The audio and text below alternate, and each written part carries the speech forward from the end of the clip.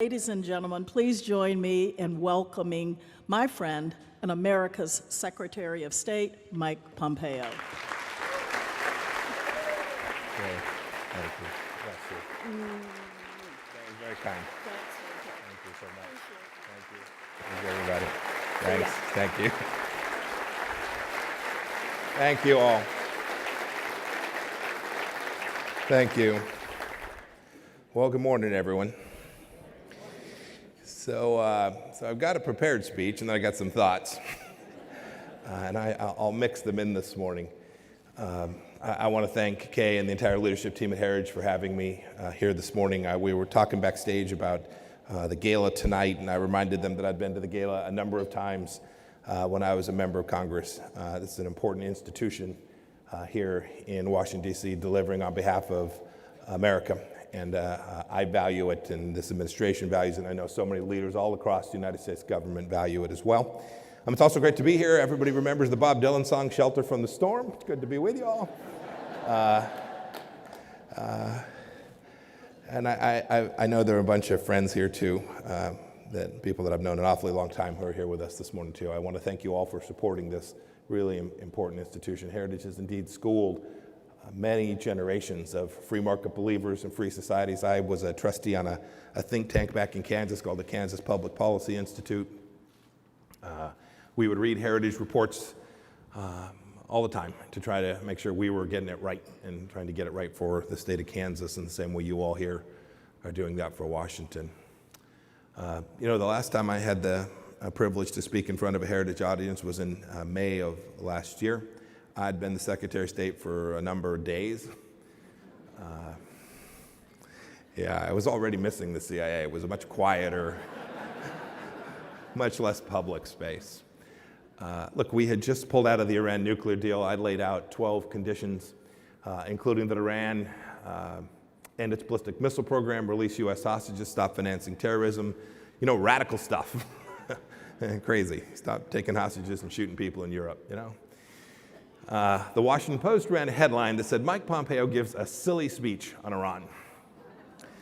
The New York Times similarly reported, quote, in a hardline speech, Pompeo criticizes Iran's behavior. That was actually partly true. I was criticizing their behavior. There's much more hardline, and you've seen that. Now, compare that to the headline from the Heritage Org that ran the same day, which says, quote, Pompeo stands up for the Iranian people in a major speech. And in fact, if you go back and look at the remarks, that's what I was attempting to do. And indeed, I say that sets the tone for what I want to talk about today. We were standing up there for the Iranian people. Thank you for getting it right. Thank you for helping me tell the story that sometimes doesn't get told in other places. That was my first speech, my first major speech as the Secretary of State. And as I said, that central idea, that animating principle that we laid out there about doing our best to help the Iranian people be successful, I think has set the stage for the work that I've done what is now in this last year and a half. It also set the stage for the way that we've tried to conduct foreign policy. I've continued to deliver tough messages that recognize a set of basic facts about the way the world is, because we can't achieve good policy unless we recognize the reality of what's going on the ground. It's what Vice President Pence did last week when he and I traveled to Ankara, and I'm sure we'll talk about the situation there when I sit down with Kim. As with Iran, you've probably heard one version of that story, but the story that didn't get told begins with the truth that our administration inherited a mess in Syria. The previous administration had allowed the caliphate to take root not only in Syria, but in western Iraq, approaching the outward parts of Erbil. It was the Trump administration, with the help of the SDF fighters and 70 nations, that built a coalition, something that never gets talked about. The work that we did to build out that team, united around the destruction of the caliphate in Syria and Iraq, was important and effective. Kurdish forces there, the Arab fighters that were part of the SDF were great warriors. We also are mindful that our NATO ally Turkey has legitimate security concerns there. Indeed, the United States has designated the PKK as terrorists for an awfully long time. We take those concerns seriously. And so we were working, the State Department in the lead, along with our brethren at the Department of Defense, to build out a safe zone in the region, to try to mediate between the two. President Trump warned Turkey not to invade. Sadly, they conducted the incursion. And when President Erdogan went ahead, he sent a diplomatic team to try and avert disaster. You'll see here in just a few hours the 120-hour window will arrive. I'll talk more about the status, but some progress has certainly been made. The truth was that it was not in Turkey's interest as a NATO ally to continue with that incursion. The truth was that our invasion set back our shared fight against ISIS. We think now we're in a better place. The truth was that President Trump was prepared to cause and raise costs for Turkey in the event that they continued their incursion. So the President used America's economic might, our economic power, to avoid a kinetic conflict with a NATO ally. And as President Trump tweeted that very day, there needed to be some tough love in order to get it done.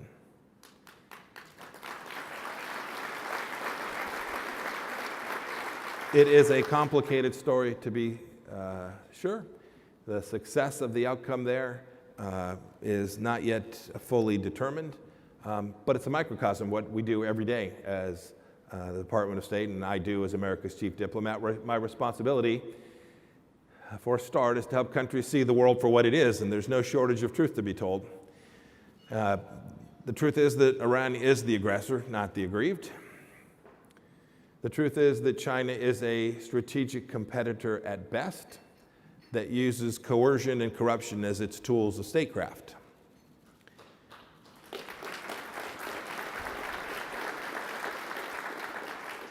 The truth is that we can't rely on failed strategies to convince Chairman Kim to give up his nuclear weapons. There's still much work to be done. And the truth is that we won't achieve peace and reconciliation in Afghanistan without every party at the table.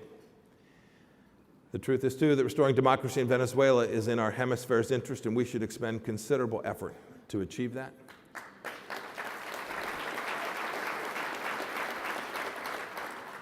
And the truth is that every nation has a responsibility to share the burden of these global mission sets to achieve security around the world.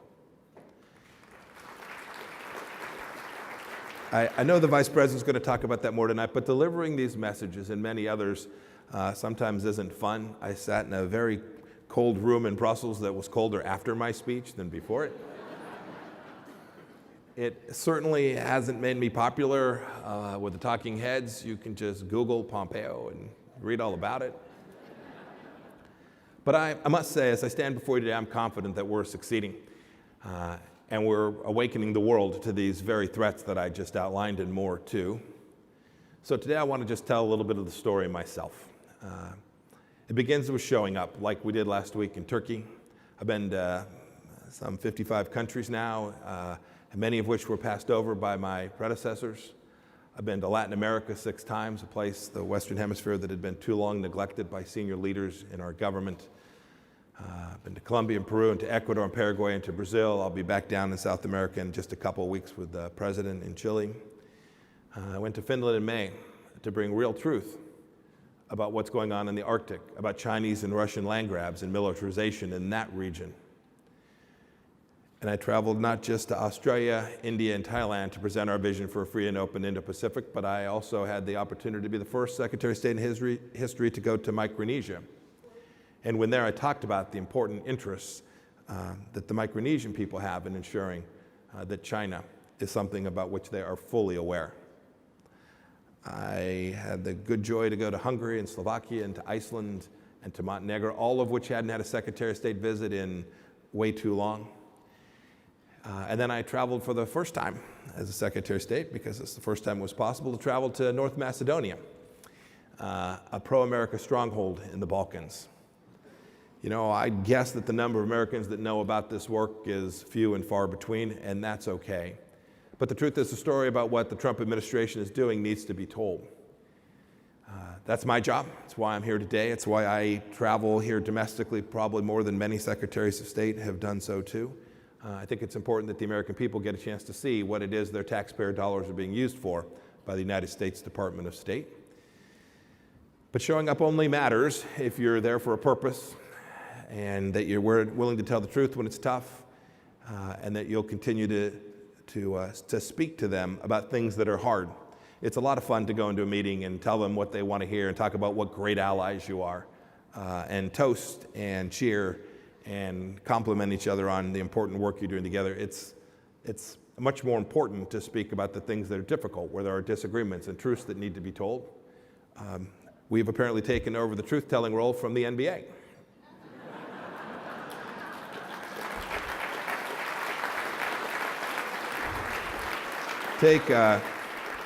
If you go back and look too, I knew when I was 7 years old I was going to be in that league, and it's just too bad.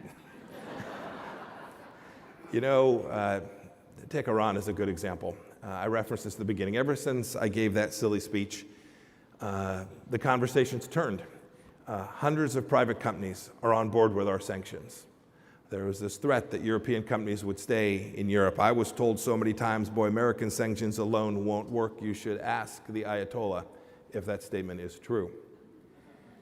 And after the regime bombed Saudi oil facilities, Britain, France, Germany, the E3 released a statement. They said that they believed it was clear, quote, clear to us that Iran bears responsibility for this attack and that the time has come for Iran to accept negotiation on a long-term framework for its nuclear program.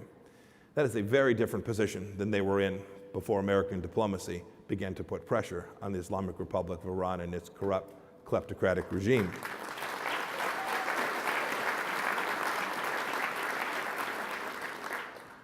The world is learning, too, that Iran responds to strength, not supplication. Iran is only one chapter 2 in the story. Look at the way President Trump has changed the global conversation on China. Or consider the numerous instances of American principles returning to multilateral bodies, thanks in large to bold strategies of this administration. We put together an enormous coalition. I'm incredibly proud of the Foreign Service officers of the State Department. Put together a coalition, I'll call it the Lima Group, dedicating themselves to restoring democracy to Venezuela. 50-plus countries now recognize Juan Guaido as the duly elected leader of the Venezuelan people. This was good, solid diplomatic work, hard fought, and done with the elan of the American State Department. We convinced ASEAN to declare its support for sovereignty and a rules-based order in the Indo-Pacific as well. We've reconvened the Quad, the security talks between Japan, Australia, India, and the United States that had been dormant for 9 years. This will prove very important in the efforts ahead, ensuring that China retains only its proper place in the world. And I'm very proud, too, we hosted more than 100 nations for the Ministerial to Advance Religious Freedom, the largest human rights conference ever held at the State Department, ever. We've done it for 2 years running.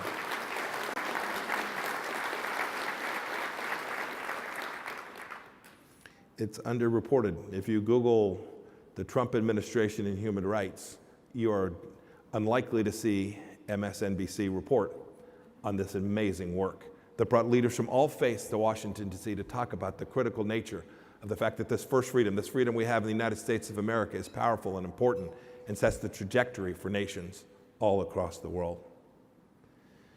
Just recently, 20 nations joined us at the UN in a letter that claimed that abortion is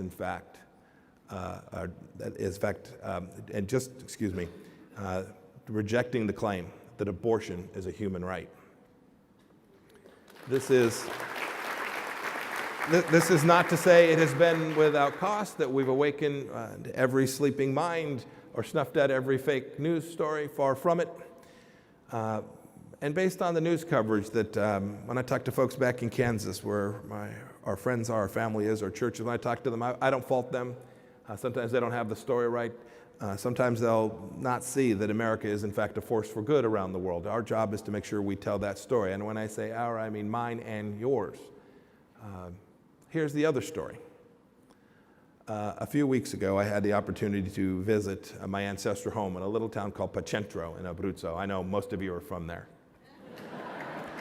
There are about 1,000 people in Pacentro, and there were 1,050 people on the street. It was really a great experience, personally, to go back to where my grandfather was from. My dad never had the chance to get there. But I was walking these cobblestone streets, and There were kids waving American flags.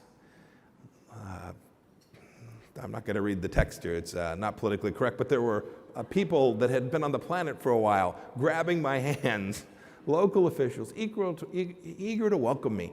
They wanted America to be present and to help them, and they knew we were a force for good. This was incredibly representative of what I see every day as I travel the world. All around the world, people are happy to see the American Secretary of State. They want to know that America's there. They want us to forcefully advocate for the things they know that they believe in or know that they ought to, and their government ought to believe in. And I believe firmly that because we're doing this hard work of diplomacy, many of our friends and partners are beginning to see the world with new eyes. For now, that's the story. I'm confident that our record backs it up and that history will reflect that as well. I wish you all the best of luck. Thank you all for being here with me today, and I look forward to taking some questions. May God bless Heritage, and God bless the United States of America.